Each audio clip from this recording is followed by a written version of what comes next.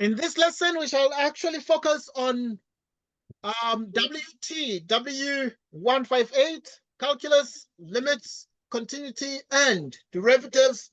Right, so we shall spend a considerable amount of time solving a wide range of problems, and we shall work together in that regard to solve the problems. And we are most certainly getting started right now as we talk, and we shall solve a wide range of problems that pertain a lot of these topics, okay, as mentioned here. Okay, we're getting started.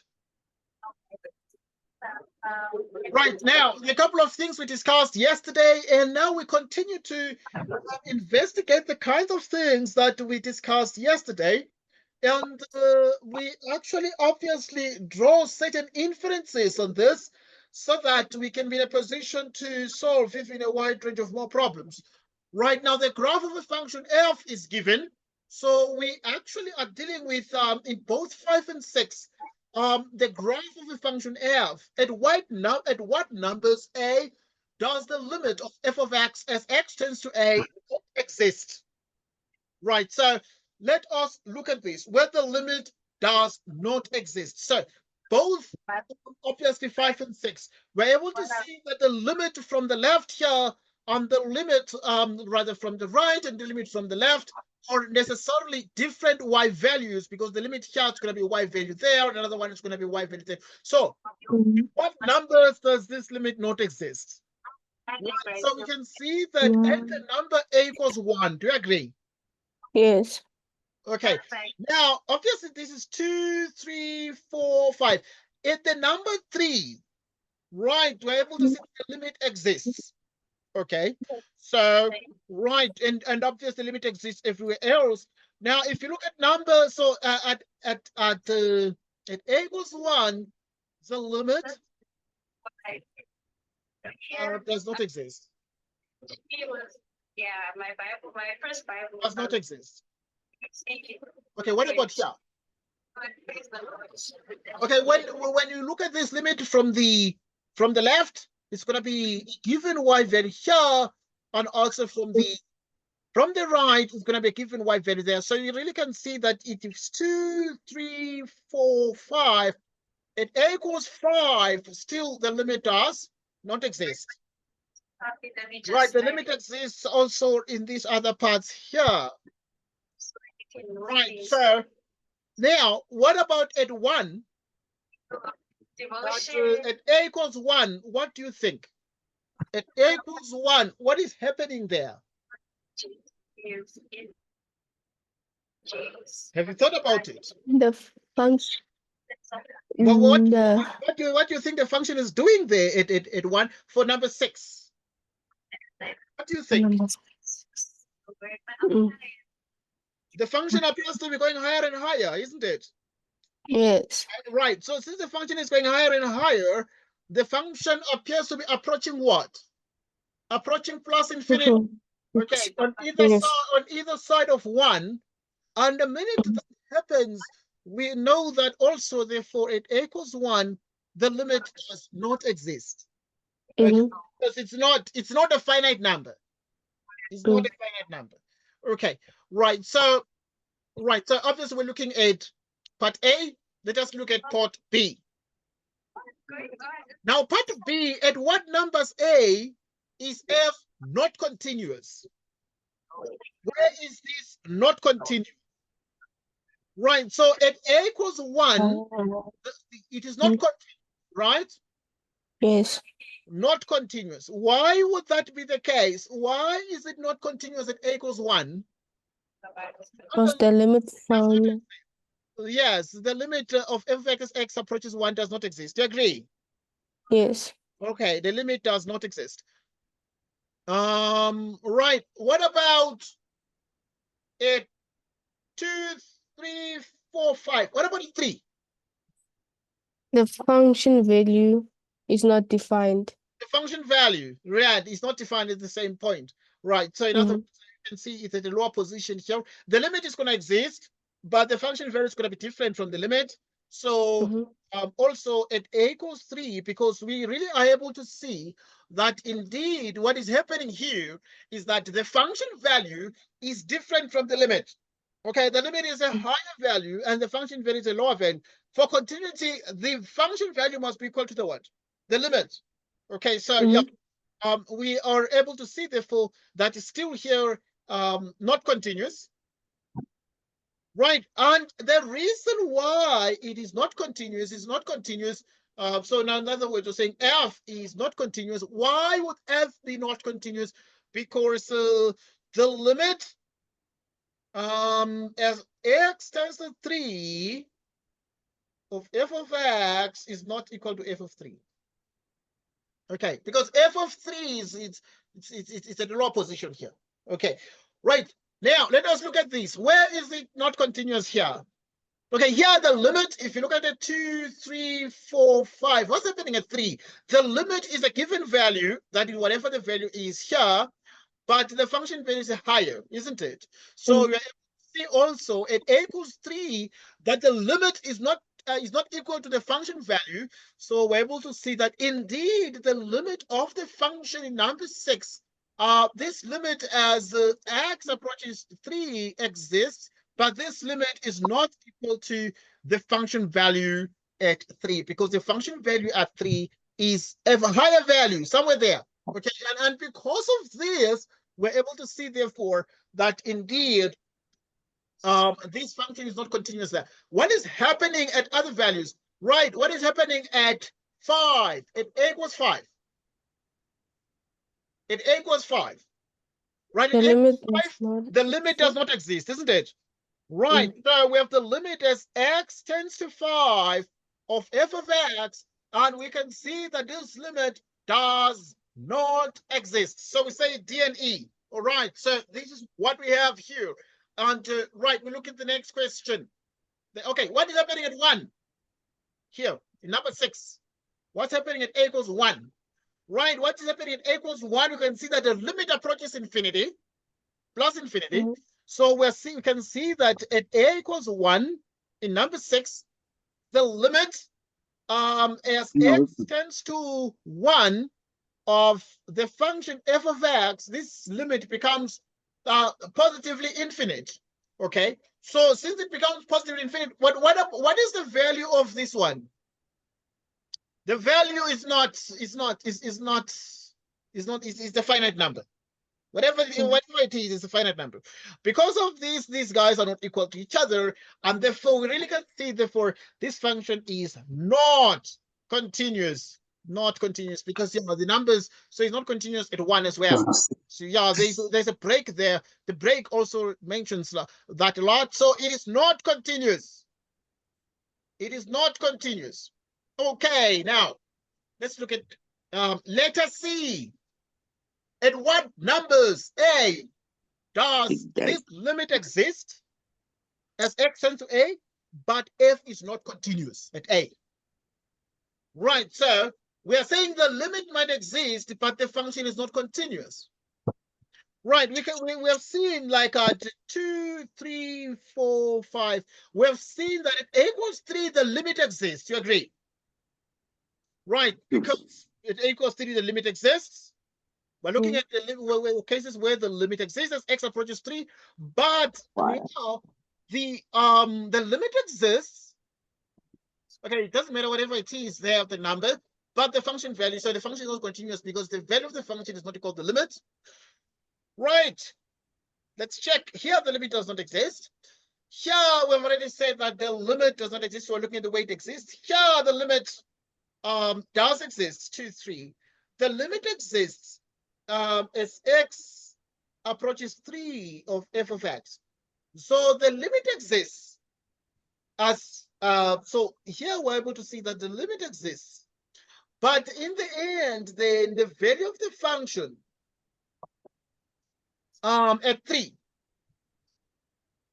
Right, so the value of the function at 3, in other words, we are open to say f of 3 is not equal to the limit as x tends to 3 of f of x. Okay, this is exactly what happens here as a consequence. All right, so this is extremely important for us to to take into account. Let's continue to the next point. Right, so we continue to the next point. Next question. Right, at this point, we want an explanation. Explain why the function is discontinuous at the given number A. Sketch the graph of the function. Right, let us explain why is the function discontinuous at A equals -2. So we are focusing on the function. Right, so we are focusing on the function, just a sec. Right, so we are focusing on the function, for instance, f of x, which is 1 divided by x plus 2. And we are focusing on A equals -2. The question that we are asking is as follows. We are then saying, why is the function discontinuous at the given number? Right, why is this? Because the function value is not defined. Because if you do f of -2, you have -2 plus 2, and this is equal to 1 over 0. And 1 over 0 is what? Is undefined. Okay, so we're then saying this is that undefined. So as a consequence, f is discontinuous. Right, so f is discontinuous at A equals -2. What is the reason for this? Since f of -2 is not what? Is undefined. Next question. Next question. What about number 20? Okay, let's look at number 20. You can just look at it here. Right, explain why the function is discontinuous at a given number. Okay, at A equals -2, why would this be discontinuous, for example? Let us find the value of the function. F at -2 is equal to what? F at -2 is 1. So that, so now if this approaches that, so we have the limit of this one, 1 over x plus 2. Right, okay, yeah. Okay, we shall sketch the graph of the function. We shall do the sketching. So what is this limit here? So this one will have to be done in 2 ways. We'll have to look at the limit from the left. Right, so from the left of -2, okay, sorry, we lost you. Okay, this is recorded. If we lose you, I must apologize. We can lose you because the network, I wouldn't explain why sometimes we lose people on a call. I think that just technology that is still, evolving, and very soon we'll get to a point where these connections will be the most perfect, okay, because it is our safest abode.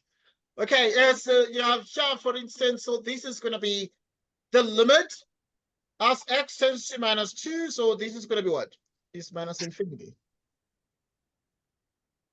The limit as x approaches -2 from the right.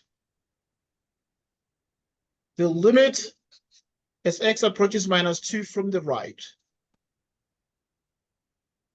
Okay, so from the right now, you're going to have plus infinity. Right, so as a consequence, then obviously the limit does not exist. Limit of f of x as x tends to -2 does not exist. So we are sure, therefore, that the limit does not exist. But what more do we have? We need to just have the sketches of the function. Right, so let us check the sketches of the function here. Right, okay, I put the thing here. Okay, right, so we can be able to sketch the function. Like in this case, how would you sketch this function? Right, so to sketch the function in 19, you would put your vertical and horizontal axis, your y and your x. Your asymptote is at x equals -2. So in other words, you have x plus 2 equated to 0, giving x equals -2. And this gives us what we call the vertical asymptote. Okay, now if this is the vertical asymptote, right, so let us obviously analyze this. So vertical asymptote. Right, vertical asymptote. Now it is going to be at -2. Right. Now, if we then say the asymptote is going to be somewhere there, what then do we have here as a matter of fact? Right. So we would then say that the end, what you then can get here is the following. It is the fact that at this point, at -2, you have a vertical asymptote, and this graph here is like our usual. So what is the y-intercept of this? When x is 0, right? When x is 0, then y is 1/2. Right, so, and here, y is never 0. But when x is 0, this gives us the actual y-intercept. So it's going to cut here like this. And obviously, then it's going to actually be this way as well. So this will be the rough sketch of the function in number 19, because they said sketch the function, the graph of the function. So this is sort of the graph of the function. It looks like this, but it continues indefinitely upwards and also towards the right. Next question in number 20, we look at how to sketch this particular function. We've already discussed the reason why it's, so this one here, the function is discontinuous because the limit itself does not exist. Here we were able to see that also here the limit itself does not exist. We've already seen that. Okay, right. So let's continue to draw number 20. Right. So if we draw number 20, let us look at the sketch, a rough sketch of number 20. Right, so the rough sketch of number 20 will be the same as this. So if you look at number 20, we can do it in red. Right, so number 20 will sort of like this. You have your vertical axis, your horizontal x-axis, and you have -2 here. Okay, right, if you have -2, then you'd have that this one here is 1/2, and this one is like this. Like so. All right. All right. Okay, it's for this part. But this part now, when x equals -2, then the function value is 1. Right? When x equals -2, the function value is 1. So in other words, you'd have that there is a point. There's a point here. Right, where x is -2, y is 1. Okay, so that is the answer to that. Right, so we can actually be in a position to look at more problems that arise of this nature, and we can see then what to do. Let us see what else to look at, other problems. Now, let us look at number 21.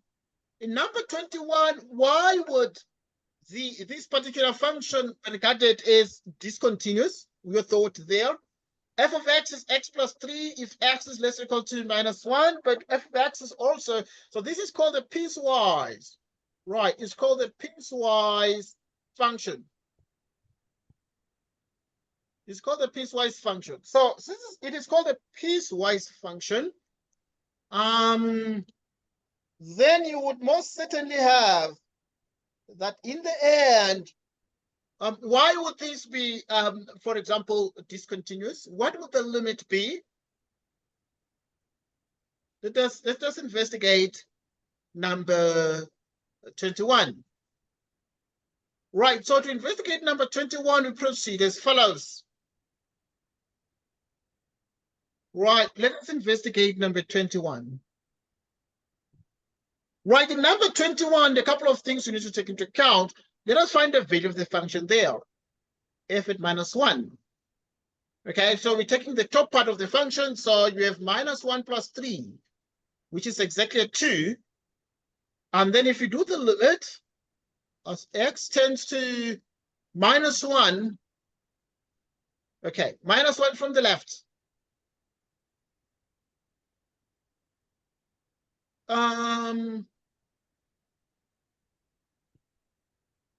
So now Okay, from the right,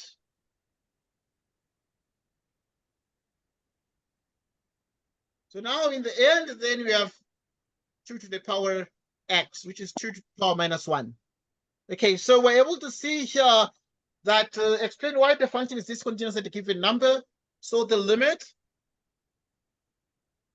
as x approaches minus 1 from the left of f of x is not equal to the limit as x approaches minus 1 from the right of f of x. And as a consequence, we then say the limit as x approaches minus 1 of f of x does not exist, DNE. Okay, because it doesn't exist, what do we then say? We then say the function is discontinuous there. It's discontinuous there. Okay. We can be able to sketch the rough graph of this particular function with so much ease there. Right, we shall return to these particular questions and spend more time. Right, I want us to look at other notions that are important to us. Yesterday, we looked at the question 48. And, okay, so in other words, let me first say, 21, the graph, I'm giving it as a homework. Homework. Okay, this video is recorded, so I'm going to send you this video and you'll have access to this recording. And in which case, therefore, you'll have it. Okay, we drew the graph for the first 19 and 20, but now the 20, the 21, 22, 23, 24, I'm leaving them at the moment as a homework. In which case, therefore, we can decide to get back to them depending on how our time is going to go. We're trying to balance up the time. Let us try other questions. Right, for instance, in 48, we need to find the values of A and B that make F continuous everywhere. What is this? Find the values of A and B that make F continuous everywhere. Right, did you try this question? Or not? Wondering what you, what possibly you got as the values of A and B. Right. I've tried it. Okay. That's fine. Let us try it together. So obviously this one is quite a lot. It has a lot because now you have two possible points of discontinuity, the 2 or 3 or both. Right. So now let us investigate 2 first. Right. So if you investigate 2, let's find the value of the function f of 2. 2 squared minus b2 plus 3, which is 4a minus 2b plus 3. Okay, so that is f of 2. Right, so at this point, then you can get the limit. As x tends to 2 from the left, which is this part here, and which is exactly x squared minus 4 of the x minus 2. Okay, this limit must be equal to the limit when x is bigger, 2 from the right. Okay, which is x squared minus bx. X squared minus bx. Right, so you have ax squared minus bx plus 3. So we are therefore saying the left-hand limit must be actually equal to the right-hand limit for this function to be continuous. At least we're investigating 2 now. Right, what is this limit here? So if you substitute straight away, it becomes 2 squared, which is 0 over 0.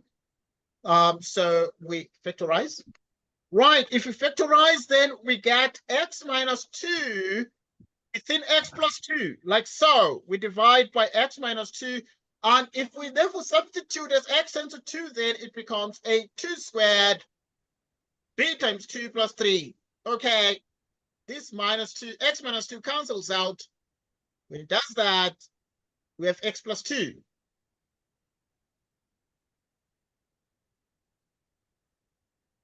So we have x plus 2. 4a minus 2b plus 3, which is 4 equals 4a minus 2b plus 3. 4a minus 2b equals 1. Okay, so this gives us an equation. Let's call it equation A. Right, with that mentioned, we need to note that also the limit must be equal to the value of the function at that point. Now, obviously, let's look at what happens at 3. With 3 here, the left and the right must be equal to each other. And now you'll be able to get another equation, right? So obviously, you spoil for choice because f of 2 is that. But also, what you know is that this value here is actually going to be equal to this. So if you equate it to that, it would be that you'd get the same thing there. Okay, good. Let's investigate 3. What happens at 3? Right, so we're going to look at f of 3. Right, f at 3, it's going to be 2. We're using this one for 3. So it's 2.3 minus a plus b, which is exactly 6 minus a plus b. Right, so the limit as x approaches 3 from the left. Right, when x is less than 3, you have ax squared minus bx plus 3, which is the limit as x approaches 3 from the right.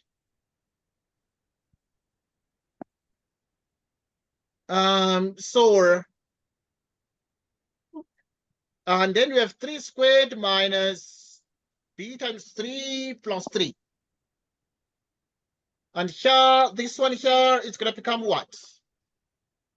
It's going to become 2 times 3 minus a plus b. 9a minus 3b plus 3 equals 6 minus a plus b. So in the end, you have 10a minus 4b. Okay, if you move this a to the other side, it becomes 10a and minus 4b is equal to 3. Because there's 6 minus 3, which equals 3. So this gives us another equation. Let's call it equation B. Right, we're good. So we sorted with 4a minus 2b equals 1. Right, so with 4a minus twice b equals 1. 10a minus 4b equals 3. 10a minus 4b equals 3 like this. Okay. So now this is equation A and this is equation B. Now we want to solve this simultaneously, and therefore we can decide what to do. We multiply the top one by, we say 2 times equation A, and that is going to give us 2 times 4a is 8a minus, multiplied by 2 is minus 4b equals 2. And we have this bottom equation, and this bottom equation becomes exactly 10a minus 4b equals 3. Note that this one here is an equation whose name is going to be called C, but this one is still equation B. Okay. Now, what then are we able to achieve out of this? What then we're able to achieve out of this is the following. Is the fact that what we have here, we can subtract these two equations. We can say equation B minus equation C. Equation B minus equation C. So that we have 10a minus 8a, which is 2a. Right, and then we have these cancels out, and then we have 3 minus 2, which equals 1. Okay, okay. Now with this in mind, we divide both left and right by 2, getting a equals 1/2. Right, now we continue using another equation, for example, using 4a minus twice b equals 1. A is 1/2 minus 2b equals 1. Which therefore means it's minus 2b equals, this one is 2. Which means this one is minus 1. B equals 1/2. A equals 1/2 and B equals 1/2. Yes. And therefore, these are the two, because they said find the values of A and B that make F continuous everywhere. And we've already seen that those are the two values there. I believe much clearer enough, or very clear, and therefore we can proceed to the next question. Right? Is it clear enough? Any question here? Have a suggestion, Atlehong? No. No suggestion. Okay, thank you so much. Let's move to the next one. All right, so let's check. Okay, I've gathered some questions on derivatives, and I want us to spend some time doing some derivatives. Let us look at the couple of derivatives. Right now, let us look at number 3 for a start. Right, if you look at number 3, what do we have in number 3? In number 3, if you have y equals 4x squared plus 3, open bracket, 2x plus 5, like this. Okay, because this one is a product of two functions, we use the product rule. We use the product rule. dy dx. So dy dx. So this one is what? It's 8x, 2x plus 5, plus 4x squared plus 3. And the derivative of this one is exactly what? 2. Okay, this is a product rule. Product rule says you first differentiate the first factor, keeping the other one constant. Then we keep this one constant and differentiate, find derivative of this one with respect to x, and we have this. By distribution, then we have dy dx equals, okay, if you have 8 by 2, it becomes 16x squared. What is 8x by 5? It's exactly 40x plus exactly 16x squared plus either 8x squared. Excuse, right. So we have 4 by 2, which gives us exactly 8x squared. And now if we get having the 8x squared, and we have 6 as well, meaning dy dx is going to be, what is 16 plus 8? It's actually exactly 24x squared plus 40x plus 6. Okay, this would sort of be the product rule there. Any question on this one or any different suggestion there? I know that you really can find much smarter ways of doing this particular question. Your take on this one, Kehong, in terms of any question, or in terms of your suggestion on possibly another technique to tackle this one? No. Okay, that's fine. All right, we are moving forward. Okay, because every time we're practicing. Okay, now awesome. Let us look at the next one. The next one is not at all different. It is exactly the same as the current one in terms of the law of differentiation that we're gonna be using there, right? So the law is exactly the product law or the product rule of differentiation, and therefore we're good there. Okay, let us look at number 4. Just practicing quickly. Some of them are going to give. Right, we're looking at number 4. In number 4, it is very clear that you have y equals 10x squared plus 7x minus 2 minus x squared. dy dx. Right, so the dy dx would be, now we first find the derivative of this product. The derivative of this one is 20x plus 7 plus x squared plus 7x minus 2. Then the derivative of this one is what? Is minus 2x. Okay, the derivative of this factor, the 2 minus x squared, has the derivative minus 2x by the product rule. Okay, so if that happens, and we have minus 2x here, this is already the answer.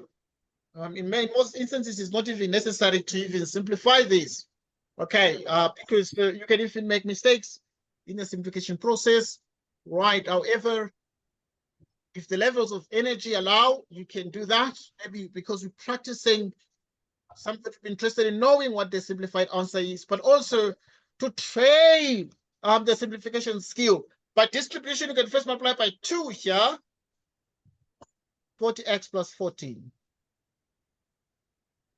minus 20x cubed minus 7x squared.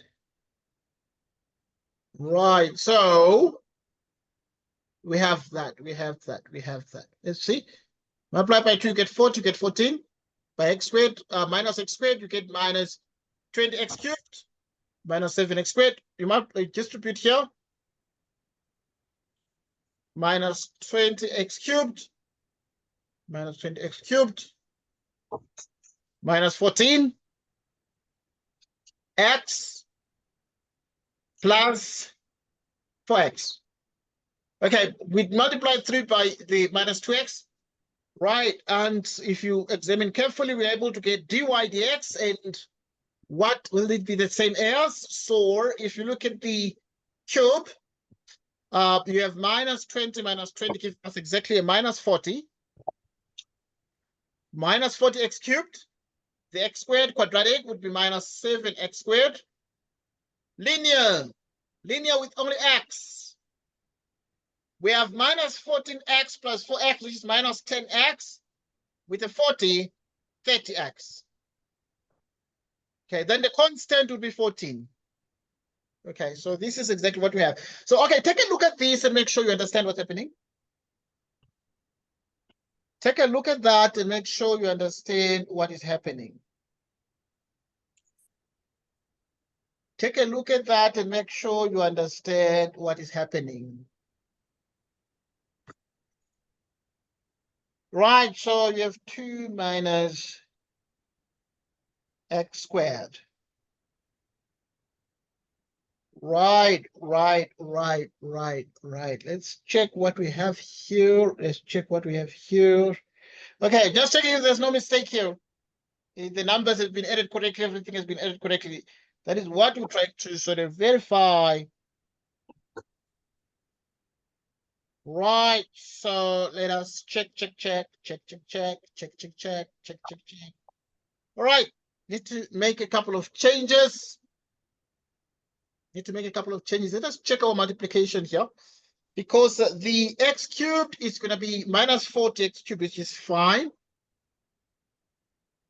Okay, let's just check the. Okay, this one is going to be minus 14x squared. Right, so, and obviously if you have minus 14x squared and this minus 7 is going to give us exactly minus 21. Minus 21x squared. Okay, let's look at the linear things. So this one is going to be 40x, and the 4x is going to give us exactly 44. Yeah, it's going to give us exactly 44x. Okay, this is the product rule, just practicing. And then the last one is 14. Yeah, so all is well now. It's just the minus 14x squared. So now all is well. But now what have we used? We used what we call the product rule. Okay, this is called the product rule of differentiation. Product rule of differentiation. So this is sort of the law for products. Right, so some of them we shall practice together, like problem 5. Let's try problem 5. Right, so if you look at problem 5, which is y equals x cubed with e to the power x, what do you think the derivative is going to be of this one? The Abraham? What do you think the derivative is going to be? If you're given y equals x cubed times e to the power x, what do you think dy dx is going to be? Right? Your take. It's a product. Gonna be 3x 3x squared? squared Yeah. 2ex Yes. plus x3 into ex. Well done. Thank you so much. So this is done. It's done. There's nothing else to be done there. Right, we're good. We're just practicing. Let's look at the next one. Just playing around with this. Okay, we're gonna be like using them to do a couple of things. Let us try number 6. This one. E to the power x plus 2 minus 1. What's the answer to this one?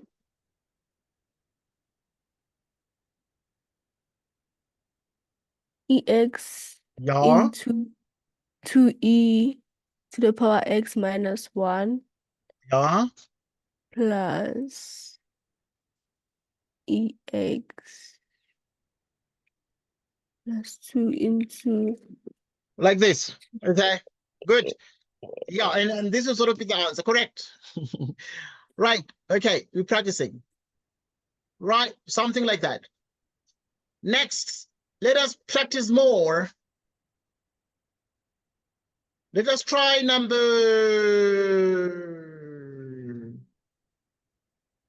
9.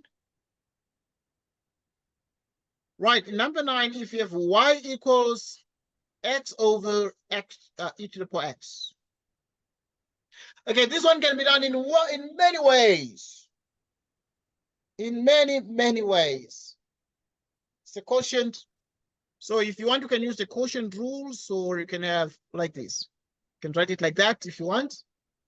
And therefore, if you actually now do dy dx, the derivative of the x is 1 times e to the minus x plus x. The derivative of e to the minus x is e to the minus x minus 1. So that e to the minus x e to the minus x. This would be the answer. Okay. How else can it be done? Okay, but yeah, this is not the only way you can do it. But alternatively, you can use the quotient rule and say, so you can say this is the case, or you can say dy dx by using something called the quotient, right? By using the quotient rule. What does the quotient rule say about this? It's a quotient.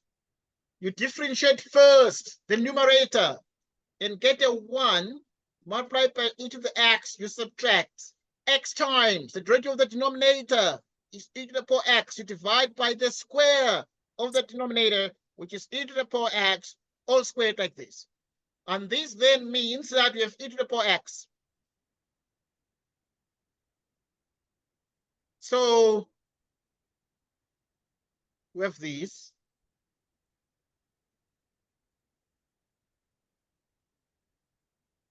Okay.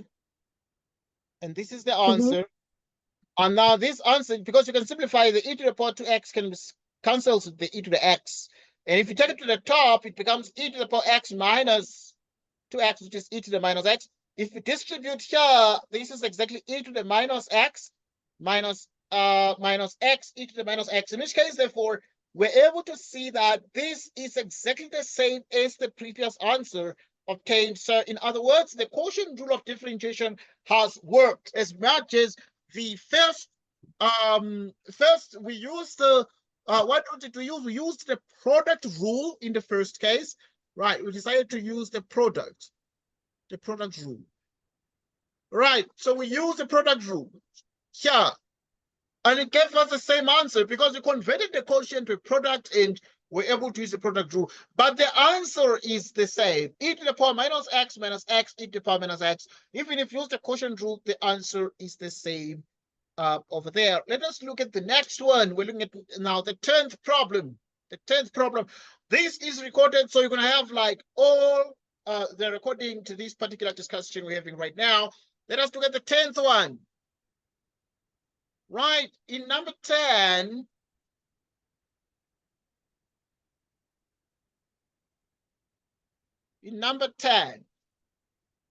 what do you have in number 10?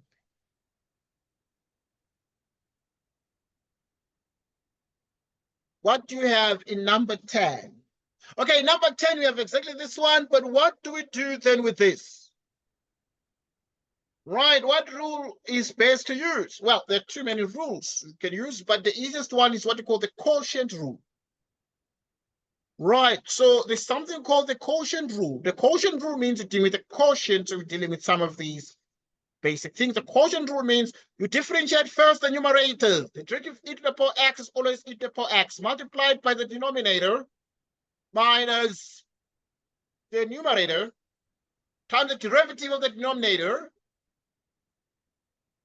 You divide everything by 1 minus e to the power x squared, like this. So you square the denominator. You square the denominator. So obviously this is the quotient rule. Now getting dy dx equals, okay, let's perform the distribution, which is exactly e to the power x minus e to the 2x plus e to the 2x divided by 1 minus this. You square this like that. So obviously upon careful examination, the minus e to the power 2x and the e to the power 2x cancel out. And when they do, we're only left with e to the power x divided by 1 minus e to the power x. Right, so this is the answer. This is exactly the answer. Right, this is exactly the answer. So we're good.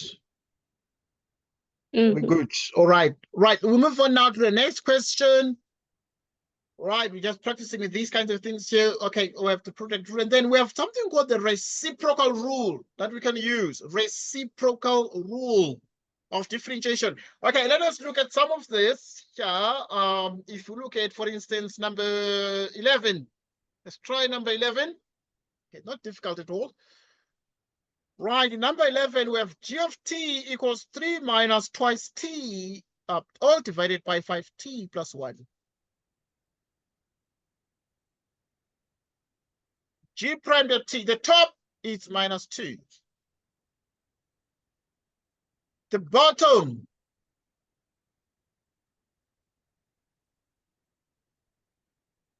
you square this one,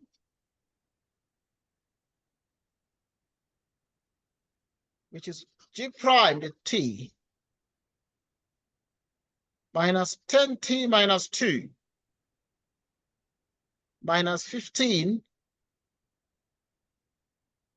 plus 10t, all divided by 5t plus 1, all squared.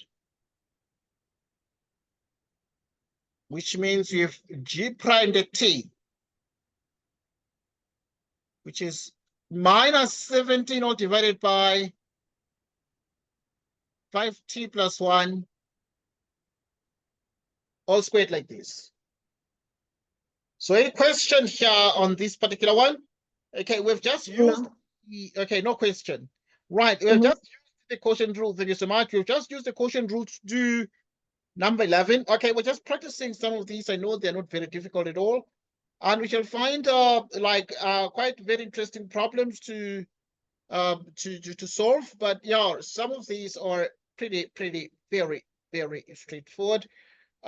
We practice there. We try number 12.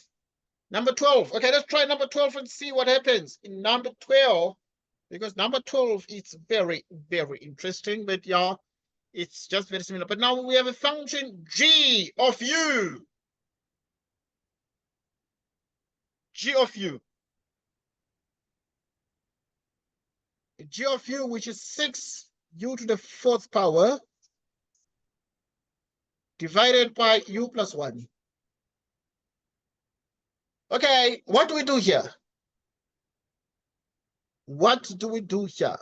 We do the same, right? So we're going to find something called g prime of u, right? So if we're finding g prime of u, what do we do with g prime of u? We first find the derivative of the numerator with respect to u, and 6 by 4 is 24. U cubed minus 5. That is the derivative of the numerator. You multiply by the denominator minus 6u to the 4th power minus 5u times the derivative of the denominator is only 1. Everything divided by the square of the denominator. The denominator is that squared.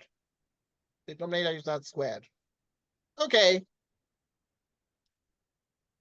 So let's simplify this. G primed of u. Right, so you have 24. Now distribute. Allow the u to multiply all these here, giving us exactly 24. U to the 4th power, 5u plus 24u cubed minus 5, 6u to the 4th power plus 5u divided by u plus 1. You square this.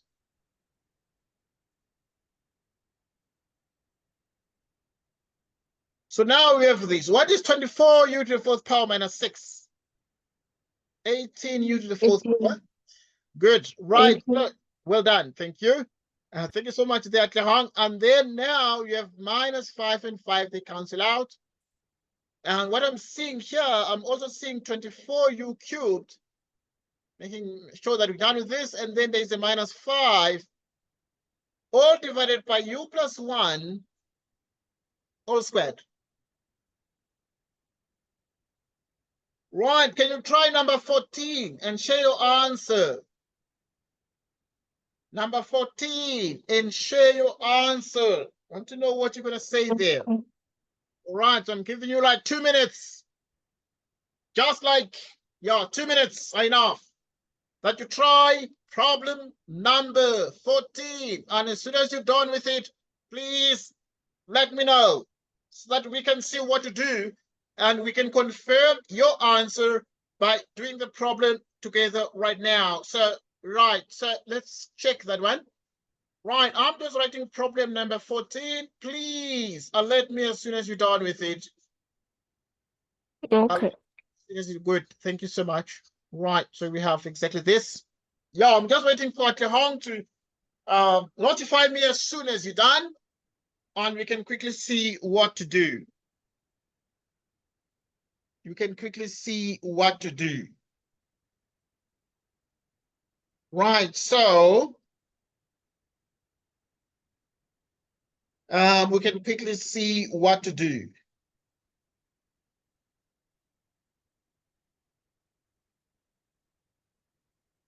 We can quickly see what to do.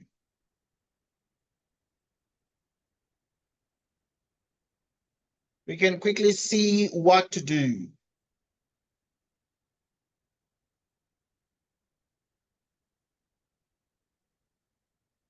Right, we can quickly see what to do. Right. What method do you, please dictate the steps. Okay, dictate the steps. What would you do here, Atlehong? So you can just try and save time, because yeah, not really just giving me the answer, but what would you do? I said f prime of x. F primed of x. F primed of x equals, okay? 0 into 2. 0 into 2x cubed minus 6x squared plus 5 minus 1 into 1 into 6x squared minus 6x squared 18x minus 12x. Okay, this is a it's a square. That's fine. Okay, and then you divide everything by what? By the square of the denominator plus 5. The denominator all squared. Okay, now this is f primed of x equals.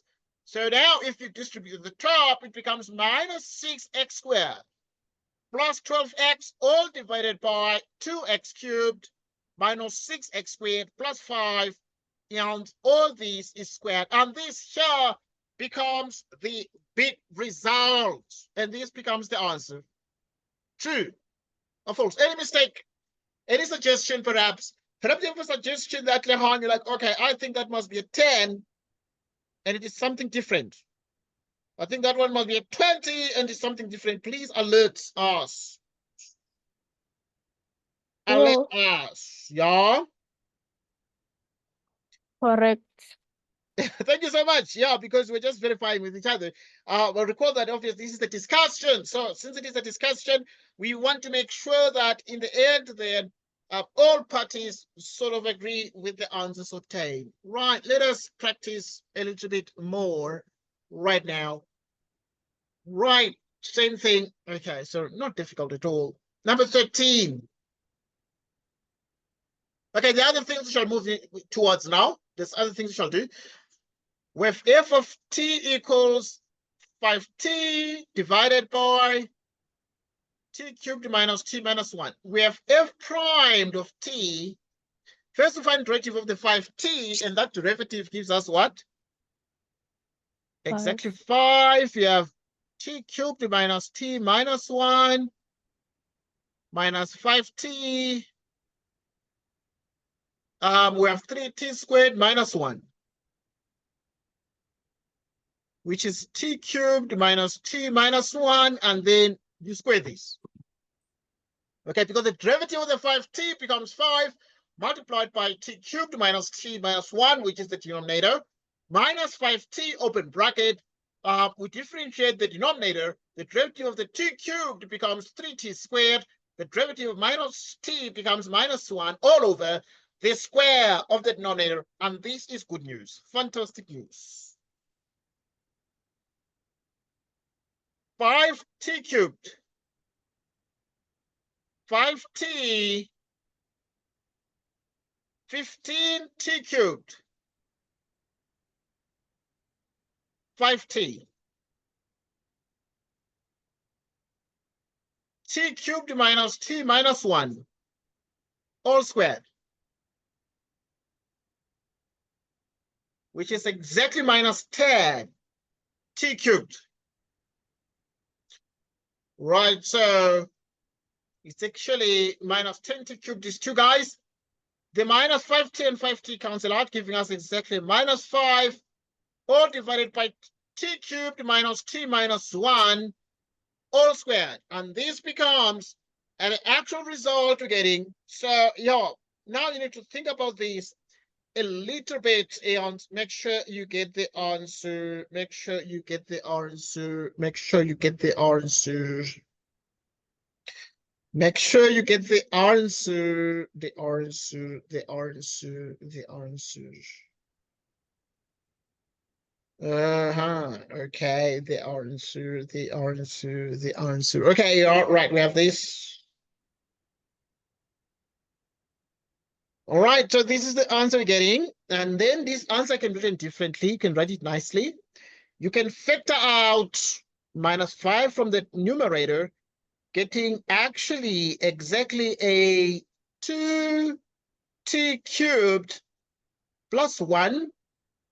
Okay, we divide like this because if you multiply it by the minus 5, it becomes minus 10, etc. T cubed minus t minus 1, all squared.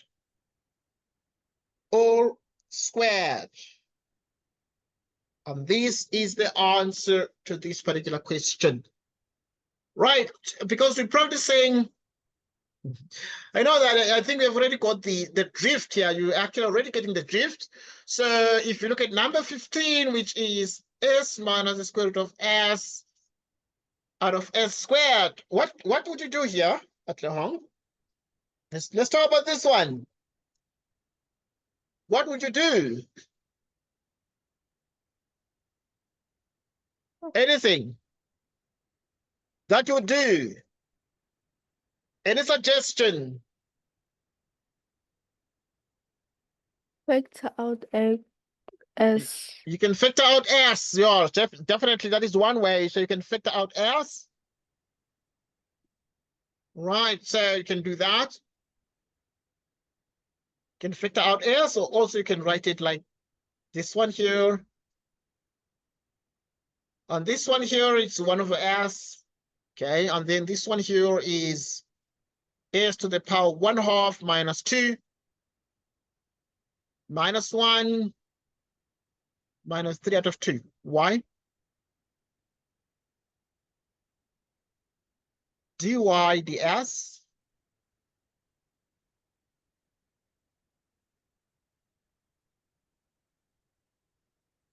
ds, which is minus s to the minus 2 plus 3 over 2s to the minus 5 over 3 out of 2.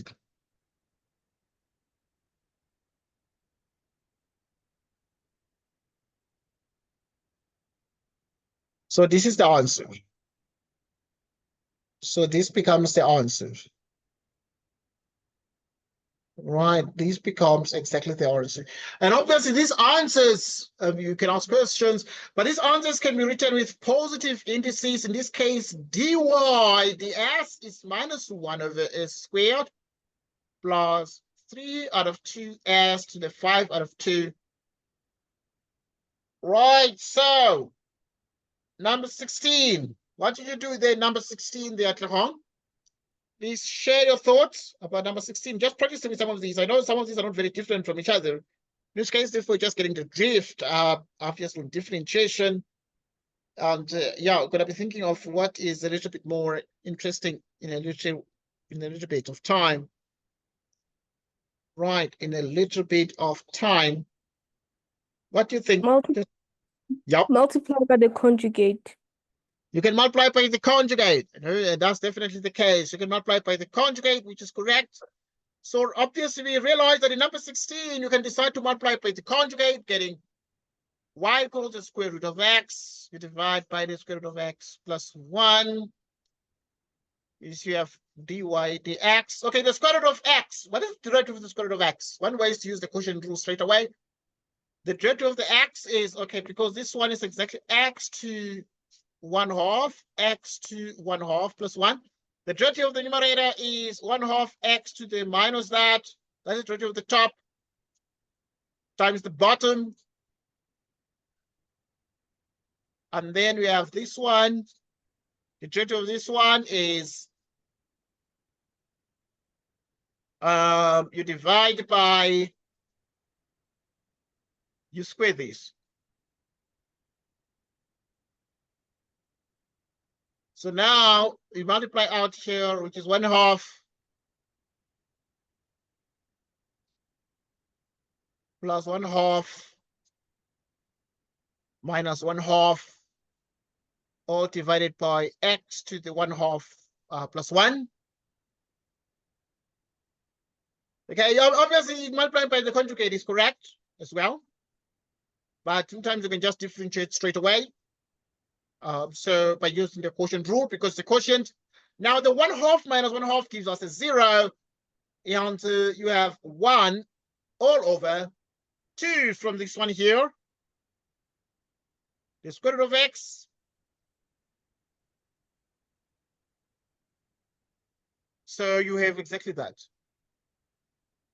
We have exactly that. So that becomes the answer. Okay, and then there's a square here. There's a square here, this square here. Okay, so this will be the answer. But you can multiply by the conjugate as well. Okay, I want to speak about the conjugate here. Okay, if you look at y equals the square root of x. Okay, suppose you're looking at y equals the square root of x. What would the conjugate be here? What do you think? Root of x minus 1. Okay, you think it's the square root of x minus 1? Over root of x minus 1. X minus 1. Okay, right. There's something I want to bring to your attention, that no matter when it's written like that in mathematics, you need to convert it to 1 plus the square root of x. Because strictly speaking, the conjugate changes the sign of the square root so that you'd have that. Okay, so strictly speaking, the conjugate of this, it's only the square root whose sign changes. It's not the number whose sign will change. Okay, so in other words, the conjugate of, just mentioning that in passing, but yeah, it's a method that that can work. the conjugate of A plus the square root of B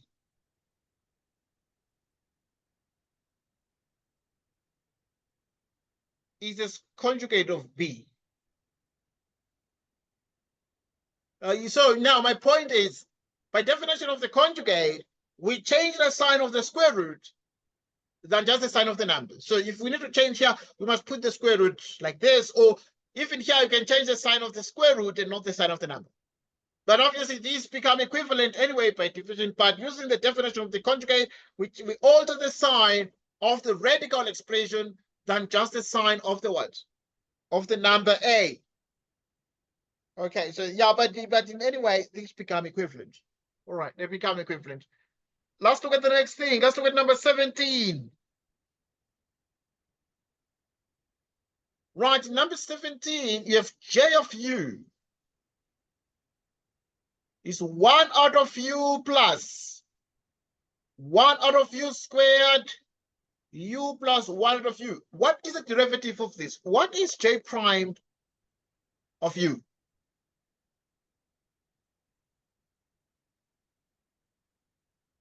What is J primed of U?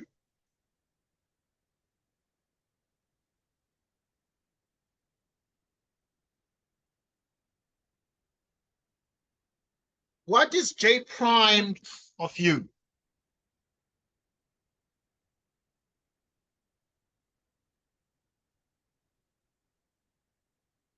All right, so what is J prime? Yeah, what did you do here? Akaha, your thoughts? Your Use immediate the thoughts? product rule. Yeah, most definitely. So you would use the product rule, and what then would we get there?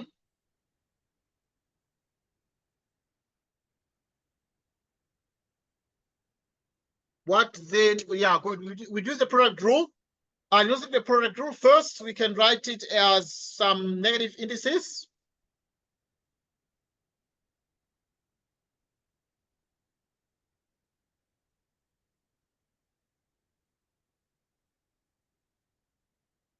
Which is J prime of U.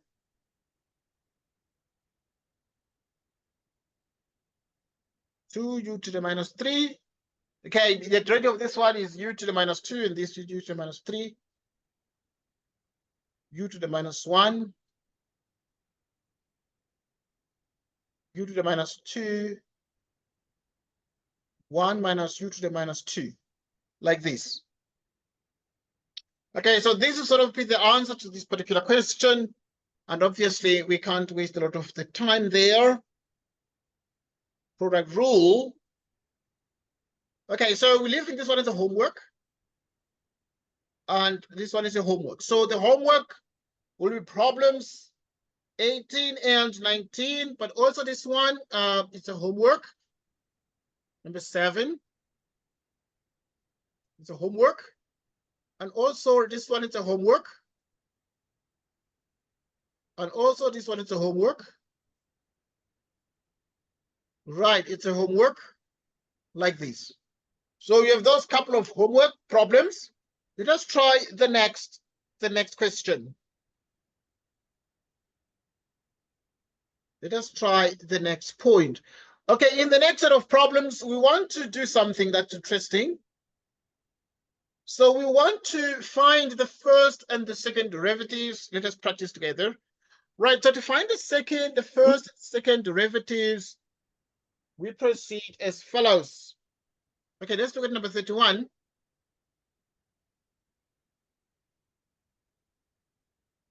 Which is x cubed e to the x.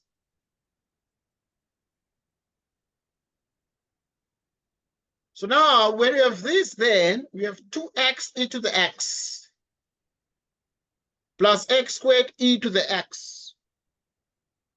Okay, that is the first derivative by using the product rule for the first problem. And then I'm doing this one, and the next problem I'm going to give to you.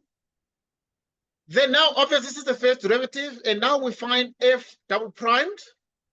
The derivative of the 2x becomes 2 e to the power x plus 2x times the derivative of the e to the power x plus the derivative of x squared is 2x times e to the x plus x squared. The derivative is also e to the x there. And this is what we have exactly. This is exactly what we have. Right. And then obviously any like terms that can be added, let us check quickly. The 2x e to the power x, 2x e to the power x would give us exactly 4x e to the power x plus x squared e to the power x plus 2 e to the power x. So this is sort of the second derivative, and we can go on and find and determine like higher order derivatives in the same fashion. Right, without wasting much time, let us find the derivative in number 32. Number 32 is f of x equals the square root of x times e to the power x. Let's take a look at that one. So if we then say number 32, we have f of x, which equals the square root of x e to the power x. What do we do here? What do we do here? What do we do here? Write the square root as 1 over 2, x to the power 1 over 2. Okay, well done. So we write the square root as x to the power 1/2 times e to the power x. Right, then what do we do here? At the home, any dictation? So you just dictate, you share your answer, you share your thought, and we write down and have a discussion about it. So we have f primed of x equals what?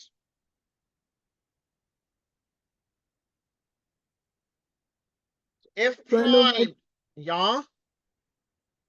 1 over 2 x to the power negative 1 over 2 into e to the x plus e to the x into square root of x.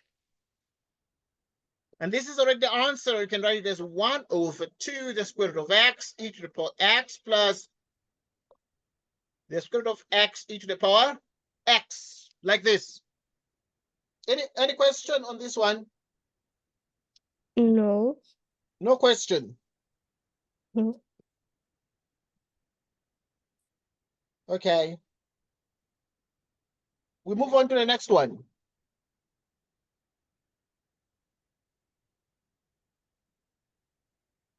Right, so, okay, we're not done yet. The second derivative. F double primed of x is equal to what?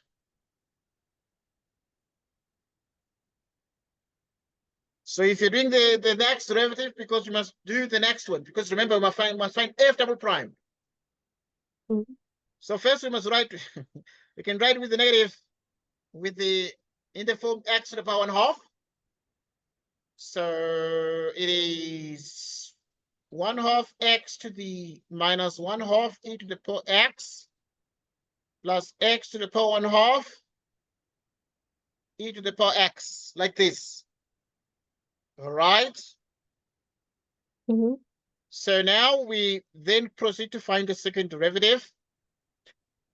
And obviously with this, it's going to become exactly minus 1/4 x to the minus 3 over 2 times e to the power x plus 1/2 x to the minus 1/2 e to the power x plus 1/2 to the minus 1/2 e to the power x plus x to the 1/2 e to the power x, like this. Any question on this one? Take a look to see if there are any mistakes here. Okay. Right. Any observation, any mistake that you're observing? Right. You let us know if there's a mistake, maybe, or a suggestion that's different to spice up the work. And you most certainly let us know what you think here of what needs to be done.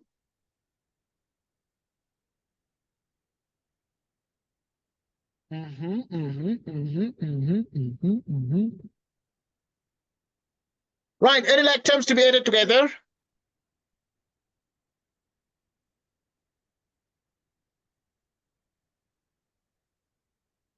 e to the power x, and then these ones are like terms.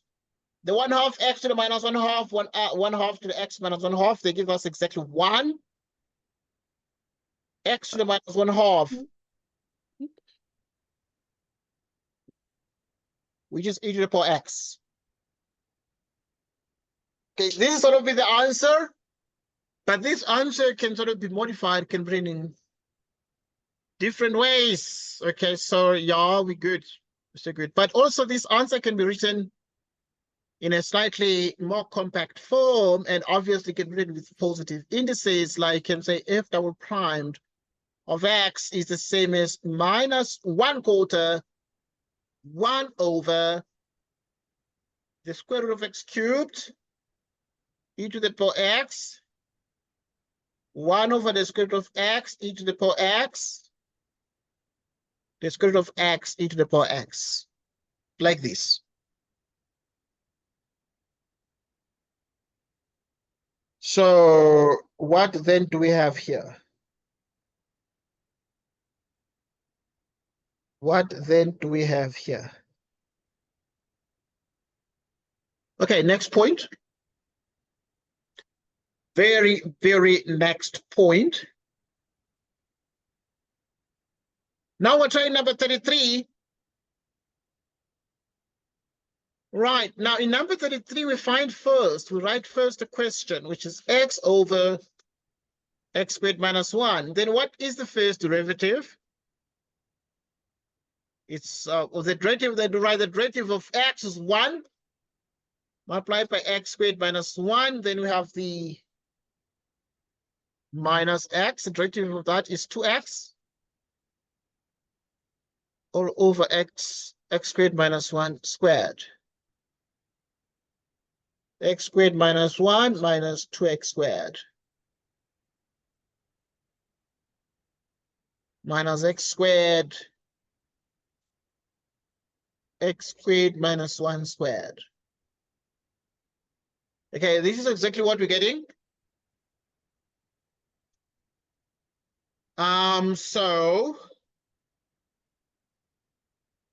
But this is just the first derivative, and then we need to do the second one. Okay, yeah, but this is over x squared minus 1 squared like that. Okay, this is just distribution that gives us exactly that part there. So yeah, take a look at these, and obviously I'm sure that you sort of are able to understand this, but I know that this is pretty straightforward. And then we'll proceed to do the next derivative, f double primed. Right. Right, so we continue, right. We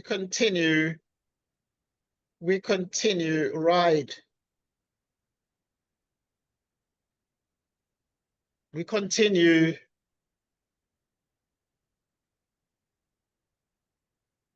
Right, so you find the second derivative. This one is going to be exactly minus 2x, the derivative of the numerator. X squared minus 1 squared.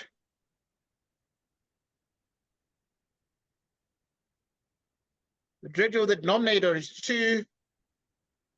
X squared minus 1, 2x. And then we have x squared minus 1 to the 4th power. Yeah, so this would sort of be the derivative. But now, obviously, this can be simplified, but it's just going to be too many things. Messy a little bit, but yeah, generally, that is what you'd have as the first two derivatives. And then we're going to give you this one as a huiswerk. This one is your homework that you can try there. Is your homework that you can most certainly try there. So that's something that is extremely important. So yeah, I mean, get to think of this and make sure, obviously, you understand these. The homework in number 34 is a very, very important one. And now these things I know are pretty straightforward, but the truth is everything is easy in this life. But obviously, it is easy when you tackle it, when you sort of tackle the things the right way. You would see that it's so easy, straightforward Let's look at the next point. Let's check out the next question. Okay, the next question, I wanted to discuss some basic notions, but also notions that relate to the notion of tangents. Find an equation of the tangent line to the given curve at the specified point. Now, let us look at how do they find the equation of a tangent? Now, if you look at the number 35, you're given y equals x squared divided by 1 plus x, which is 1 and 1/2, like this. Okay, so what then you have here, the derivative dy dx. Root of x squared is 2x. 1 plus x minus x squared. The root of the bottom is 1 divided by 1 plus x squared. Okay, which means now we have dy dx, multiply here, which is 2x plus 2x squared minus x squared divided by 1 plus x squared. Dy dx, 2x plus x squared divided by 1 plus x squared.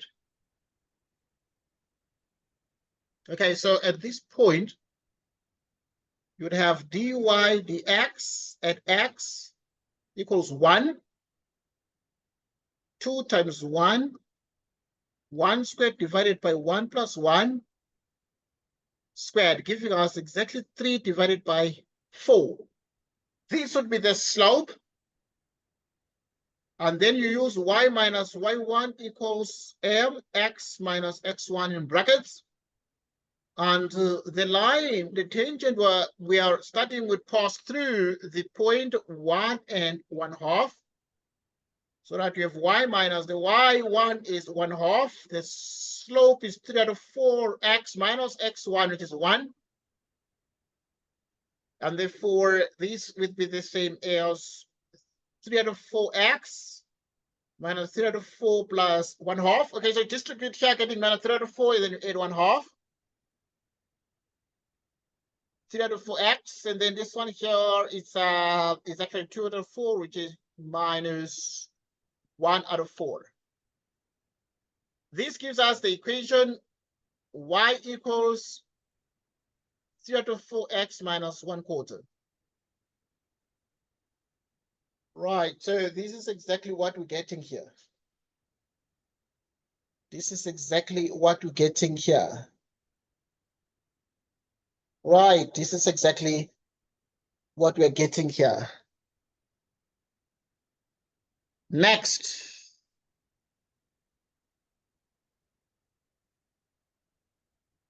So we continue. Yes. We continue. Yeah, okay, good. We continue now. We tackle the next question. Right, so we found the equation of the tangent there. Obviously, there are a couple of ways to check. Is this equation correct? Well, a couple of ways to check. The equation must be such that this line passes through the point D. So if you put x equals 1 into this equation, you would have y must be 1/2.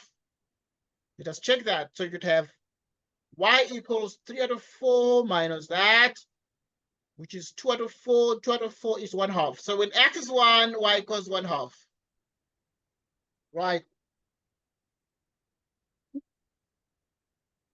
So we continue now to tackle the next problem. Mm-hmm. All right, good. We try 36. Okay, we're dealing with tangents, and the concept we quite obviously are doing for the FaceTime. If the function itself is 1 plus x all divided by 1 plus e to the power x, we can be able to do dy dx, and the derivative of the top becomes only 1 times the bottom minus 1 plus x times the derivative of the denominator, which is only e to the power x all divided by 1 plus e to the power x all squared. So that we have dy dx when x equals 0, which is 1 plus e to the power 0. 0 e to the power 0. E to the power 0 squared. The derivative now, dy dx, if I take x to the power 0, it's going to be, okay, so yeah. This is the equation of the tangent line. So this one is going to be exactly 2 minus 1 divided by 1 plus 1, 2 squared it, getting 4, 1/4. Y minus y1 equals m into x minus x1. It passes through 0 and 1/2.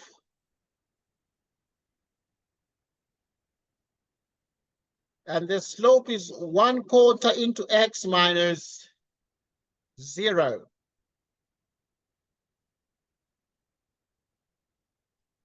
So which means y equals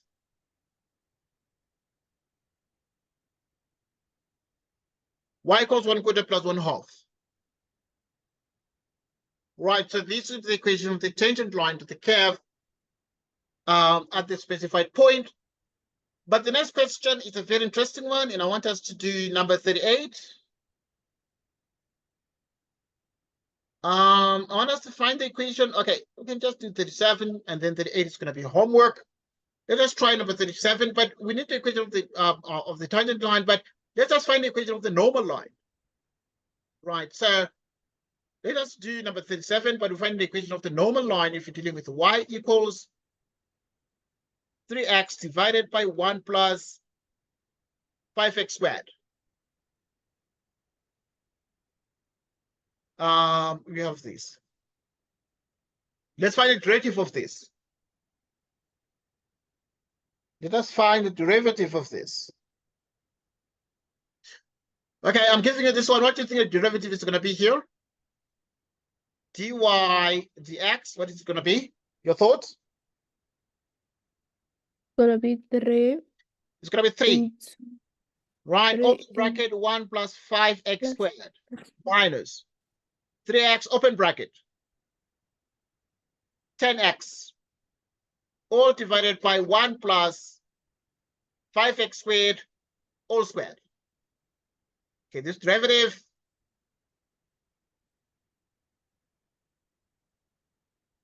which is 3 plus 15, x squared minus 30, x squared,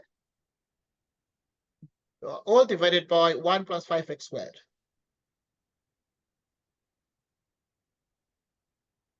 So that dy dx is equal to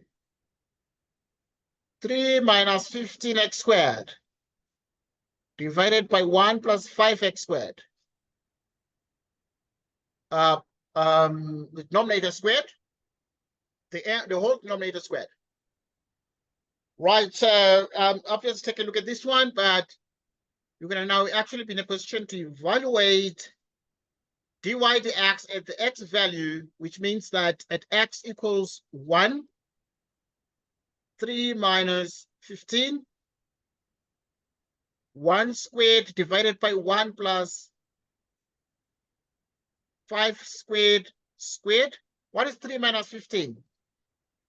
It's minus 12 out of 36, which is minus 1 over minus 1/3, it appears. Okay, so what is then the required equation? So if you say it's y minus y1 m open bracket x minus x1 close bracket, right, and this passes through 1 and 1.5 is the point, 1 minus 1/2 minus that, x minus 1.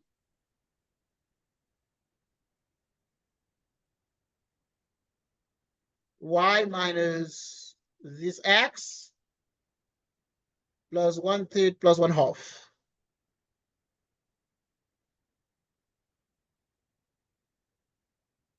So now we have this one here, which is 2 plus 3, 5 out of 6. If you add 1/3 plus 1/2, you're getting 5 out of 6.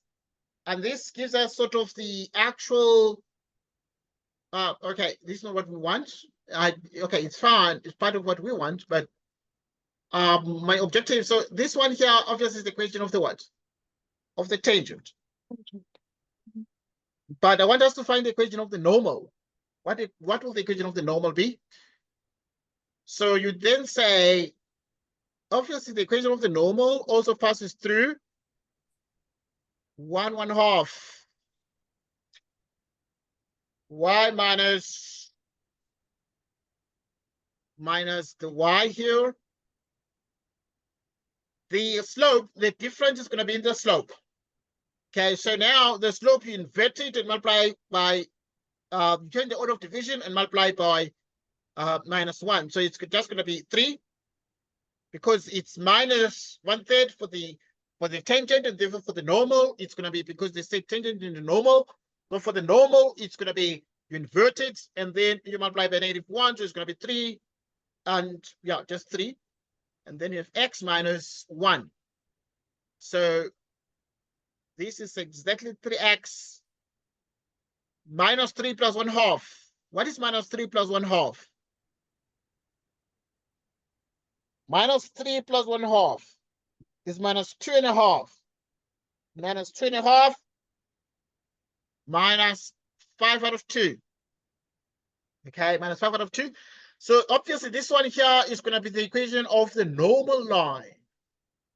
Equation of the normal line. Okay, now think about this, obviously, in terms of the equation of the normal line that we're getting. So yeah, try to think of these and see what we have here. And see what we're getting here. And see what we're getting here. All right. So yeah, we have the next question.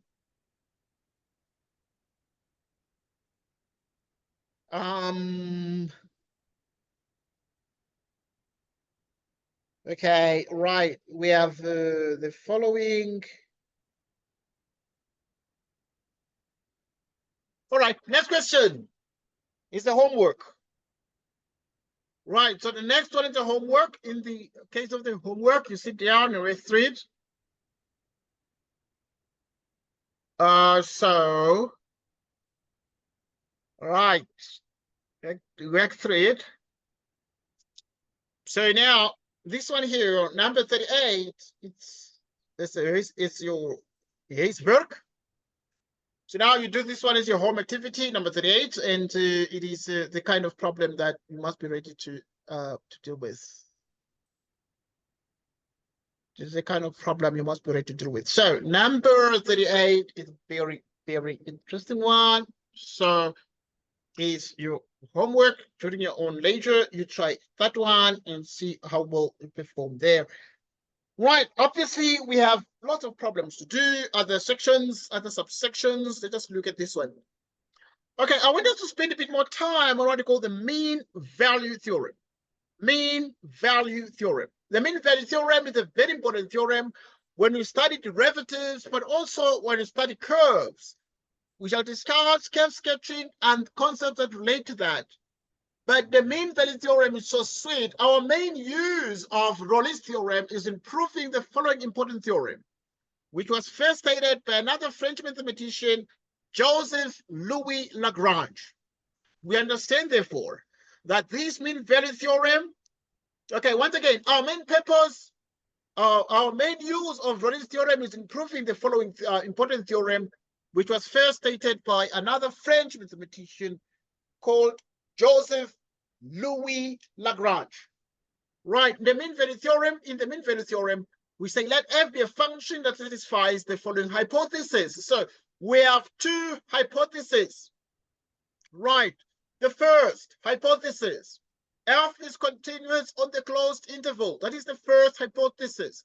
The second hypothesis, f is differentiable on the open interval. It has to be continuous on the closed interval, differentiable on the open interval.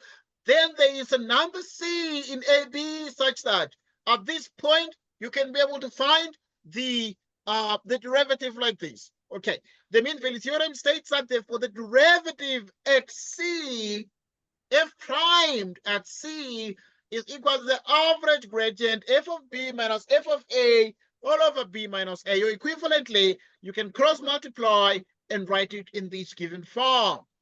This powerful result is called the mean value theorem. The function f, there are two hypotheses that need to be satisfied. Let f be a function that satisfies the two hypotheses, the two conditions, the continuity and differentiability conditions. Continuity is over a closed interval and differentiability is over an open interval. This is what we focus on, and we regard these as the two hypotheses for the mean value theorem. Then there is a number C that you can find. Where is the number C? Where does the number C live? Then there is a number C in the open interval. In the interval of differentiability, we can find a number C such that the derivative at C, f primed at C, is the average gradient. Average gradient between the two extremes A and B, or equivalently we perform cross multiplication. This result is so interesting, but it's so powerful that we look at some examples where it is applied. And then obviously we shall use it in many other future studies. We shall look at the specific example where the mean value theorem has been explored. And then we shall solve this. I'll look at a couple of exercises, not so many, I know, because it's very straightforward. But example 3, briefly, to illustrate the mean value theorem with a specific function, let's start a specific function. Here's a specific function. The specific function is y equals x cubed minus x.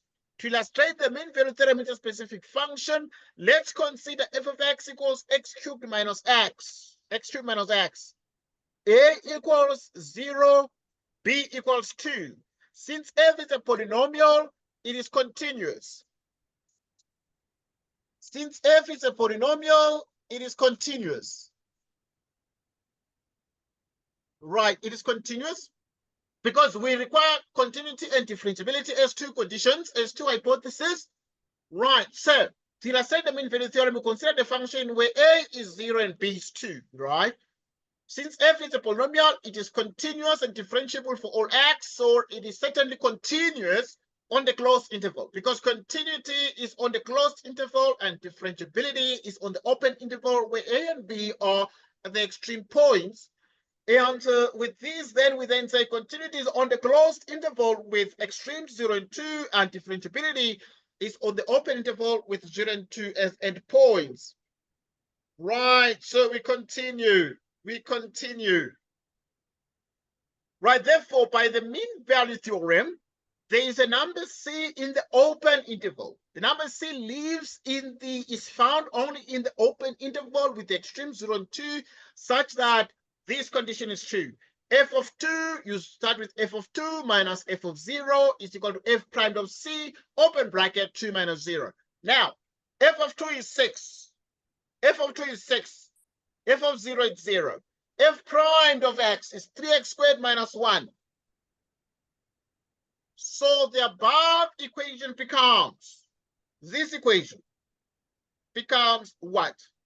Because wherever we have, right, so we have f prime of x, which is 3x squared minus 1. Wherever there is x, we put c in there for this part. So it becomes 3c squared minus 1. So if you write here like this, and you have 3c squared minus 1, and you multiply by 2, because 2 minus 0 is exactly 2. F of 2, what is f of 2? Right, in the place of x, we put f of 2. So we're able to see that f of 2 is going to be 2 cubed minus 2, and this gives us 8 minus 2, giving us a 6. It's 6 minus f of 0 is going to be exactly a 0 here. So that 6 minus 0 becomes exactly a 6. Now, obviously, if you multiply 2 by this, it's going to be exactly, the 2 is there, and therefore you have 6 is 6 squared minus 2. This is what the mean value theorem is going to yield here. So what do we want here? What do we want to achieve?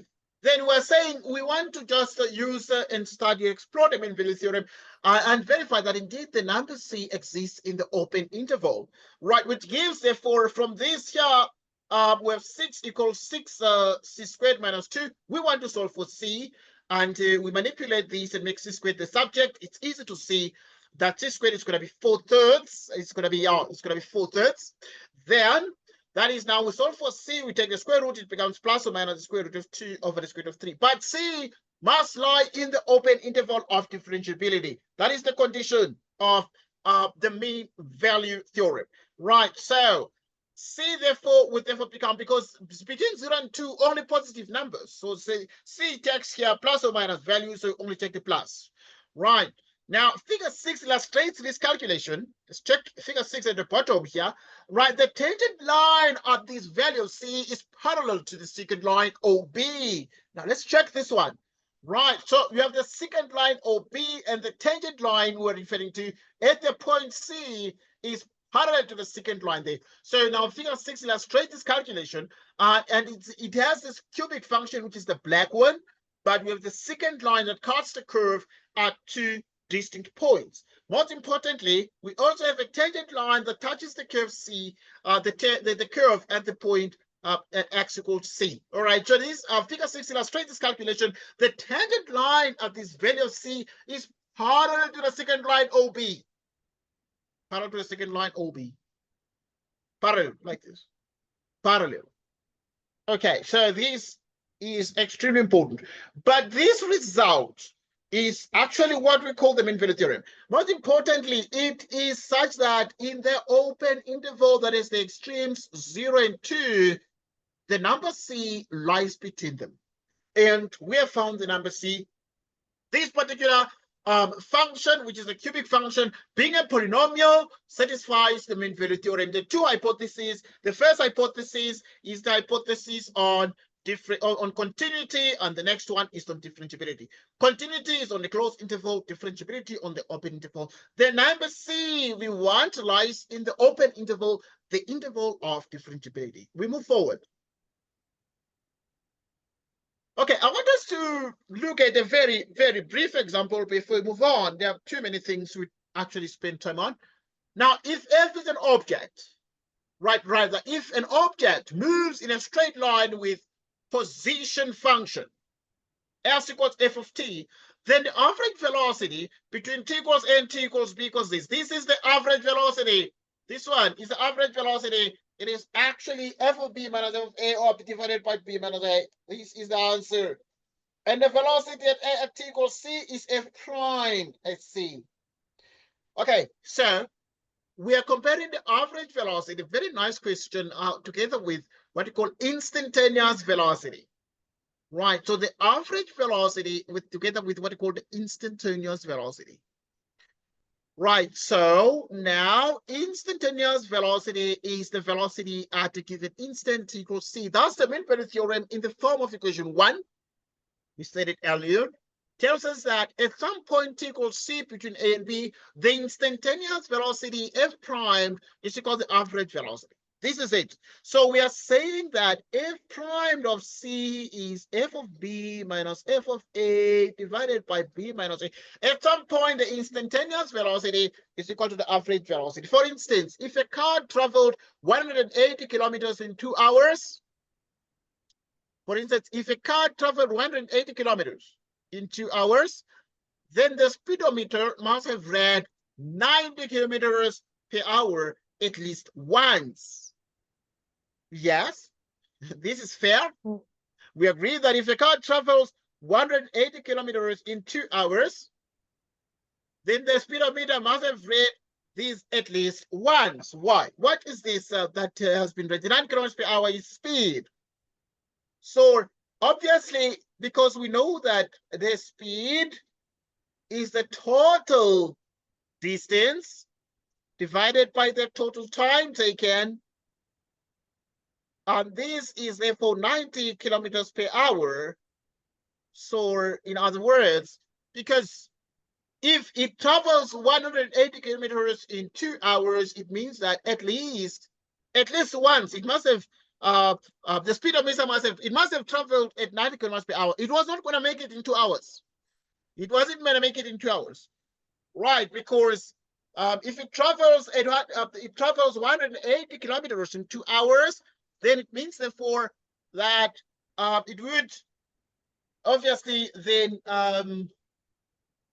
travel at a speed at some point, at least once, at a speed of 90 kilometers per hour, then it's going to make it in 2 hours to cover this distance here, right? In general, the mean value theorem can be interpreted as saying that there is a number at which the instantaneous rate of change is equal to the average rate of change over the interval or over an interval. So this is it. At some point, the mean value theorem is saying, hey, if you study averages and also instantaneous rates of change, there's always a number. There's always a number. So, right, saying that there is a number at which the instantaneous rate of change is equal to the average rate of change over an interval. Let's look at more on the mean value theorem. And just one more example that's a bit different. And we shall look at other questions that relate topics that are extensions of this mean value theorem. And of course, there's something called Rayleigh. We look at graphs. Right, suppose f of 0 is -3 and the f prime of x is less or equal to 5 for all values of x. How large can f of 2 possibly be? Okay, this is the question. We're saying that we're looking at an extreme point. F of 0 is -3.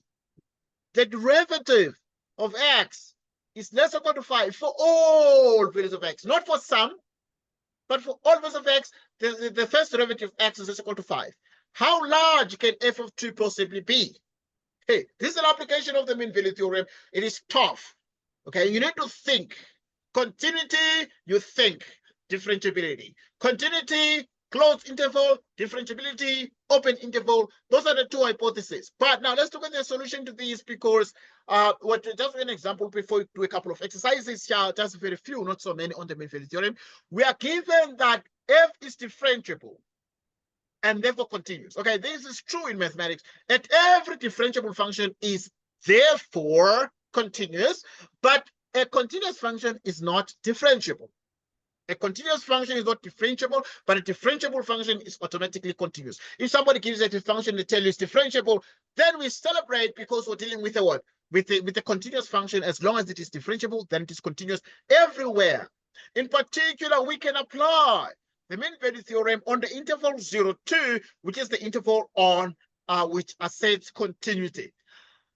There exists a number c such that f of 2 minus f of 0 is equal to f prime of c within 2 minus 0. So f of 2 is equal to f of 0 plus 2 times f prime of c equals -3 plus 2 times f prime of c. Okay, this is the mean value theorem that asserts this. We are given that f prime of x is less or equal to 5 for all values of x, or for all x. So in particular, we know that f prime of c will therefore be less or equal to 5, because we have already been told that for all x or infinite c, this is going to be true. Multiplying both sides of this inequality by 2, we have the following, right? This inequality multiplied by 2, you have 2 times f prime of c is equal to 10. So which means f of 2 is equal to -3 plus 2 times f prime of c is less or equal to -3 is there. What is 2 times f prime of c? 2 times f prime of c is less equal to 10. 2 times f prime of c is less equal to 10. -3 plus 10 is 7, which means f of 2 is less equal to 7. The largest value f of 2 is 7. Okay, how large can f of 2 possibly be? We've already seen that f of 2 is less or equal to 7. How large can f of 2 possibly be? The largest. Right, the largest value. Right, the largest value for f of 2 is what? Is 7. The largest value for f of 2 is 7. By the application of the mean value theorem, we'll spend a bit more time and try some problems. Once again, yeah, it's quite an easy theorem, so not Not a million problems, but at least we need to understand what's happening here with this. Okay, but we've already looked at the mean value theorem, and it's so sweet. What about Rolle's theorem?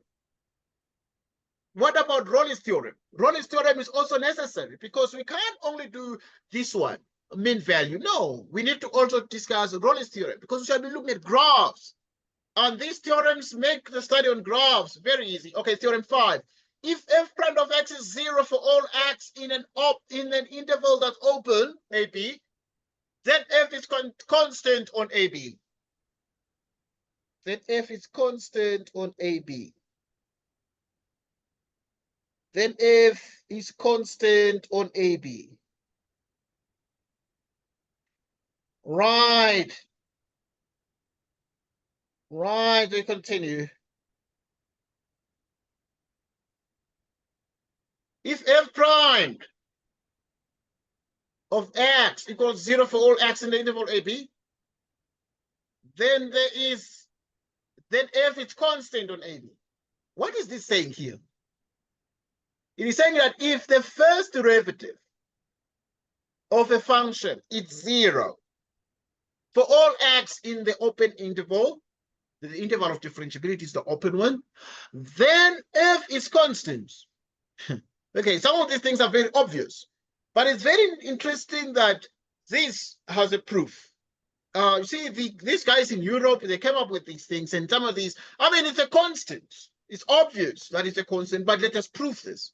So the proof is going to be, we take two numbers. Let x1, x2 be any two numbers in the open interval with x1 smaller than x2. Since f is differentiable on AB, it must be differentiable on x1, x2. Okay. Differentiability is over the open interval. And continuous on the closed interval. Continuous on, actually, is on a closed interval.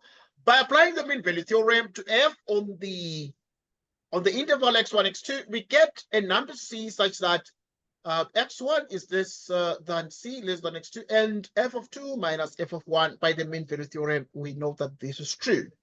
Just use the mean value theorem there. Since f prime of x equals 0 or x, we have f prime of c equals 0. And so equation 6 becomes f of 2 minus f of x2 minus f of x1 equals 0. Okay, because we're saying this guy is 0. If this is 0, then 0 times what f becomes 0. So which means f of x2 minus f of x1 is 0. Or it means that f of x1 is equal to f of x2 is equal to f of x1, because f prime of c equals 0. Right? Why? Because it is the condition given the theorem. Right? F prime of x equals 0, which means that because it is true for all x, it means even if you replace x by c, this is going to be 0. Therefore, f has the same value at any two numbers, x1, x2 in AB. This means that f is constant on AB. F is what? Constant on AB. This means that f is constant on AB. Okay? F is exactly constant on AB. Why do we have that f is actually constant on AB? Therefore, f has the same value at any two numbers, x1, x2 in AB, because f at x1 is equal to f at x2, means that f of x at a given x value is equal to f at another x value. And because these values of the function are equal, it means that this function is constant. It's constant, does not change. Because fx1 is equal to fx2, you can go on fx3, fx4, and so on and so forth. And this means, therefore, the function is constant on AB. So we were saying here, if f prime of x equals 0 for all x in an interval AB, then the derivative is 0. The first derivative is 0. Then we're dealing with a constant function. This one here is a very important result. Let's look at the next one. The corollary is a corollary in mathematics, a deduction from a theorem that is so powerful, but a simplified version of the theorem, a consequence of the theorem. If you have that f prime of x is g prime of x for all x in the interval AB, okay, then f minus g is constant on AB. That is, f of x is equal to g of x plus c, where c is the constant. Where c is the constant. let f of x, let capital F of x be f of x minus g.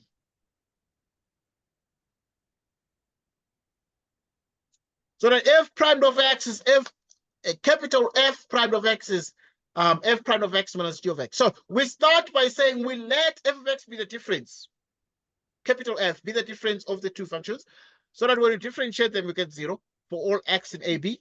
Thus, by theorem 5, f is constant. That is, f minus g is constant.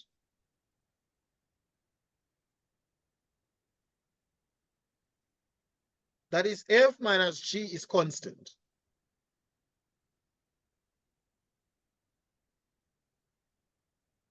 That is, f minus g is constant. F minus g is constant. Why is f minus g constant?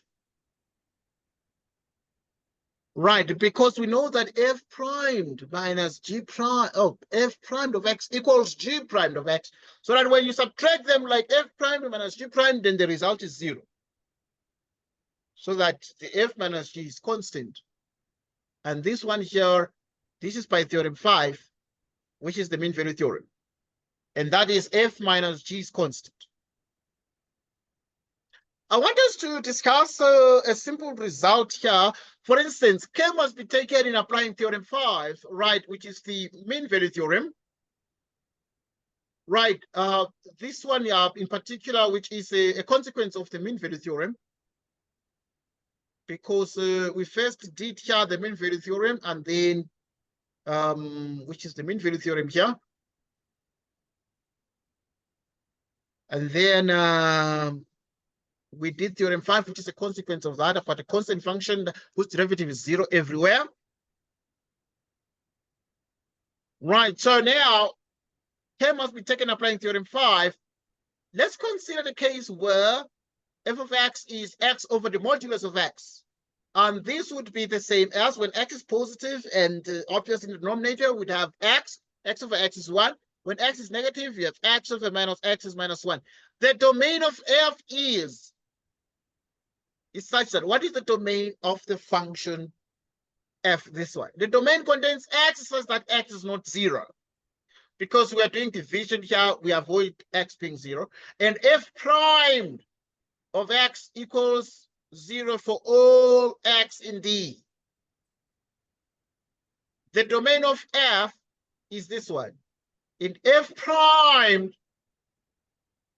of x equals 0 for all x in D.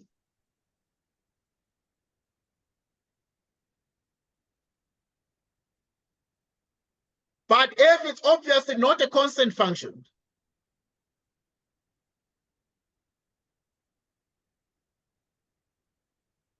But f is obviously not a constant function.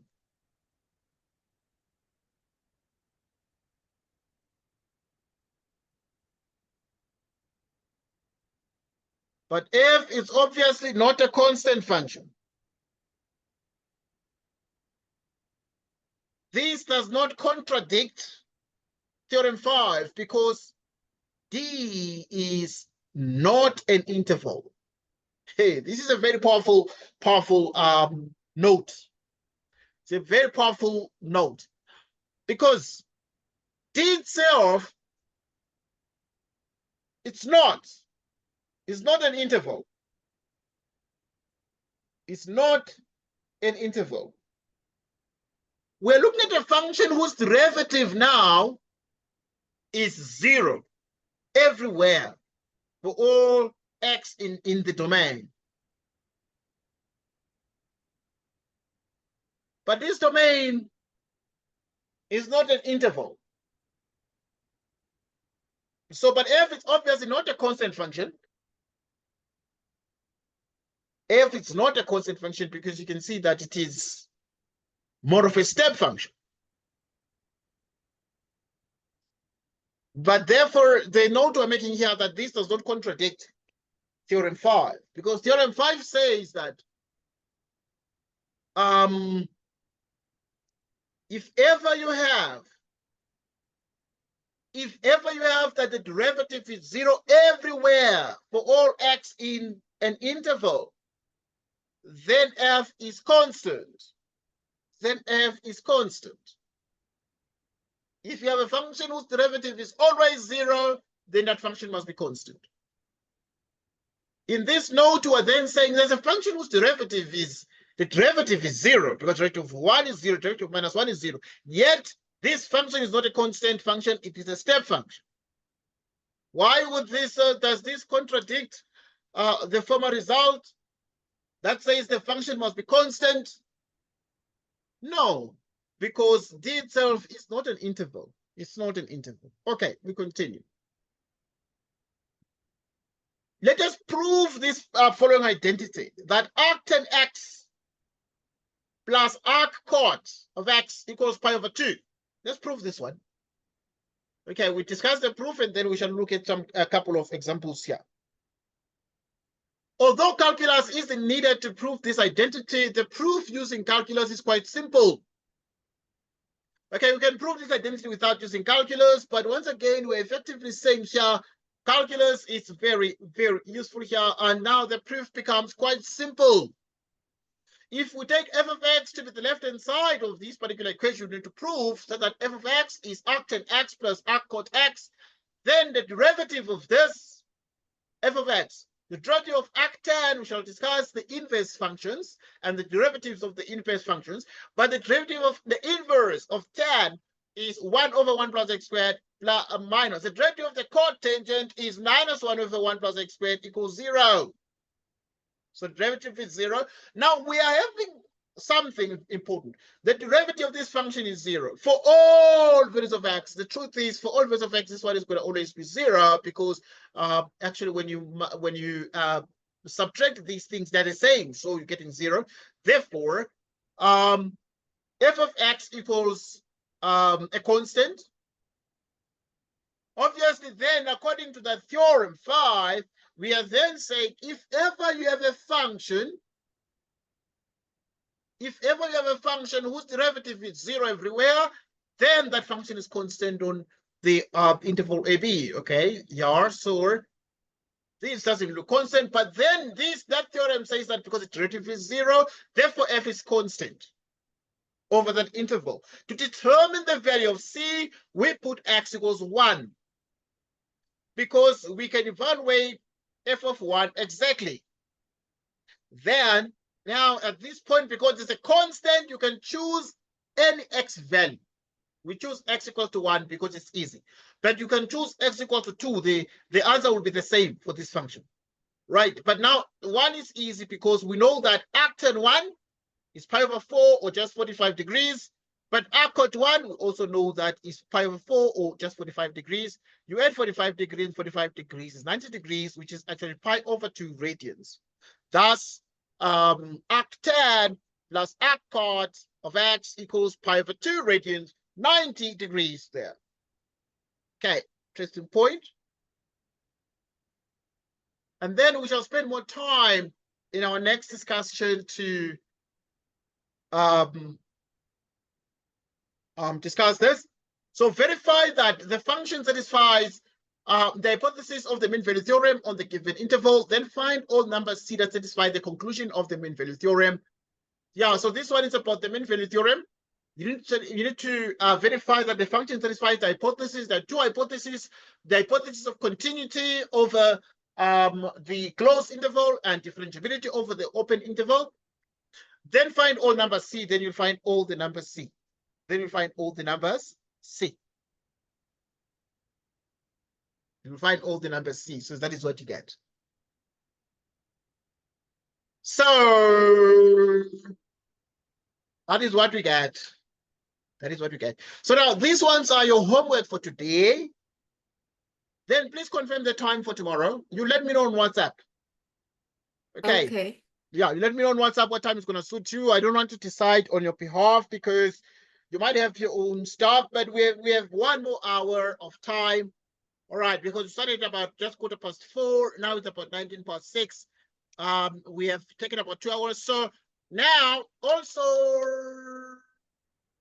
tomorrow, please notify me on WhatsApp what time is going to suit you. You might go to church, you might go play soccer, you might go watch hockey. I don't know. You might do some aerobics tomorrow.